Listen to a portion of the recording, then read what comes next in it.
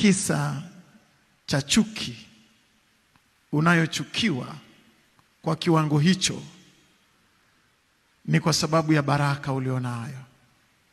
Na dalili za baraka ni kwa kiwango cha chuki unayochukiwa.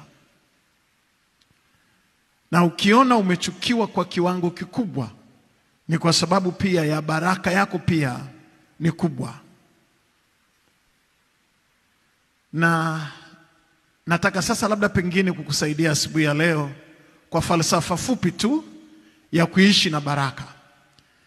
Falsafa ya kuishi na baraka ni kupuuzia chuki ya watu. Kwa sababu kuna chuki ya wakuchukiao ambayo ni faida kubwa sana kwenye maisha yako. Na kuna upendo wa wakupendao ambao hauwezi kukusaidia. Kwa hakika kuna upendo wa wakupendao ambao hautakusaidia, lakini kuna chuki ya wakuchukiao itakayokusaidia. Na familia yako sio ya ajabu.